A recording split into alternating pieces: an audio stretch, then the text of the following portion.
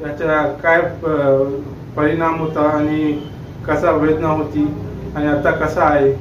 हे एक स्टुडंट आहे, याला माहीत नाही होते की काय झालं होतं मला, आणि आता यांना जाणून घेणार आहे आपण.